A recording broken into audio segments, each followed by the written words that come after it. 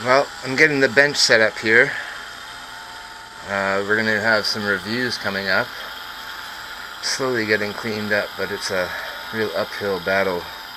I've got even 2 vacuum cleaners going, but I've got my computer set up to the monitor now so we can preview some of the equipment when we're setting it up, the video equipment, especially for the GH4, when we get this running with the gimbal and work out its balance and all of that. Now, be able to test the outputs of the video transmitters this way as well and check for clarity and focusing cameras. And bringing that up, what we'll be reviewing in the future is the Fat Shark 600 camera, which you've seen I've been flying a bit now.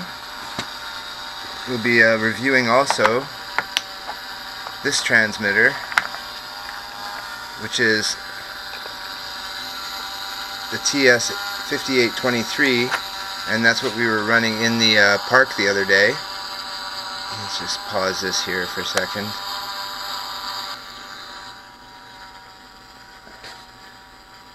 Pretty old laptop. Doesn't play videos full screen too well. Anyways, we're also going to be checking out this stuff. I got a selection of high heat neoprene foams and found a really neat use for it. This foam here is very sticky, and it's good to 450 degrees Fahrenheit, so all you people that puff your batteries. But what it's excellent for is using here as a cushion for the battery, because it's rock solid when it's strapped in. There's no movement at all. So for people doing a lot of flips and stuff, that's an excellent material.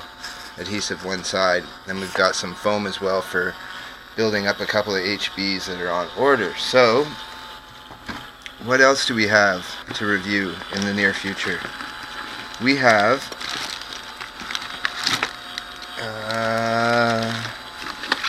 this is the transmitter box here, actually, the TS823, and we've been running it on the mini Mud Puppy, and it's been working quite well.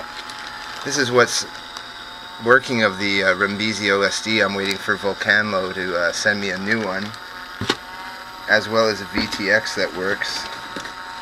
We'll be reviewing the Terret camera, which is a $20 camera, versus the Fat Shark $40 camera. So we'll see which one stacks up that way. Also, going to be trying to solder up a Naze 32 board best I can, and then we'll be installing that in an HBX probably. I've got also some battery monitors to review, which are the new Turnigy battery monitors, I think, or Hobby King type, and that is these ones here, the Cell Meter 6. You can set the alarm on these, so that's a really good feature. Also, I've been testing exclusively the 3000 Multi-Stars, as well as the 4000 Multi-Star, which did a 12-minute flight on the mini quad the other day. I was quite impressed. 12 minutes is a long time. And the 10C battery was still enough lift with the 6x4/5 tri-props, which I'm sort of liking because they are quiet and they don't disturb the neighbors that much. I've got the camera mounted on these gimbal balls, and I'm not getting any jello really. The Fat Shark camera is down here, tucked away inside. We're going to be reviewing this as well. This is a $20 shoulder harness FPV rig, without the monitor, of course. Pretty sure that's a Black Pearl monitor, rebadged, but it is quite good monitor. But this will attach to your chest and your waist, and actually works quite well if you're used to flying off a monitor. I would suggest this. I was out front the other day with the mini quad testing it, and basically the performance was excellent, the clarity was excellent. The police that came up were even impressed by it, but they were on another call, so we didn't get in any trouble there. We're also going to be testing the Fat Shark 700 TVL CCD camera NTSC versus the 600. Let's see if we can get this to stop making ridiculous sounds. Oh, second window was playing. I think we've got multiple windows playing actually.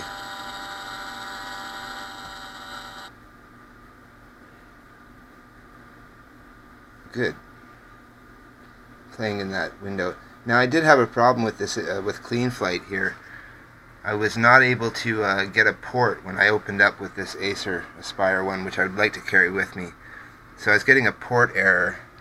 It says no ports and there's no options for ports up there, so I'm not sure what I'm missing to run this on Chrome, or whether or not my USBs are working. They are working with cameras and stuff, so I think that the USB port's working, but it's not detecting it on Clean Flight.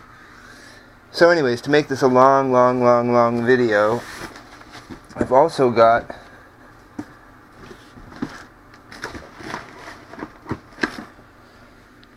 the El Cheapo FPV 3 channels video switcher, which is actually 2-channel video switcher for 2 channels, I think.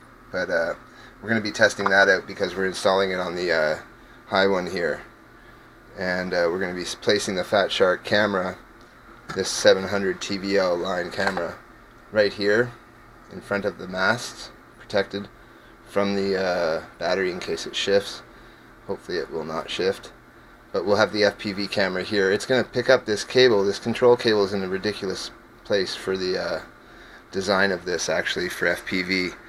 So tucking it down here would be a little bit difficult, and it's getting to be a challenge to get everything to fit nicely and clean. I've got the transmitter here for the HD camera, which will be the feed from the HDMI of the GH4, and we'll have another transmitter here for the FPV action when it's flying, so that the pilot has some direction that way and some orientation. So there we go, guys. This is the new desk. Be doing some videos, maybe do some FaceTime on here, and hopefully you can learn from my mistakes.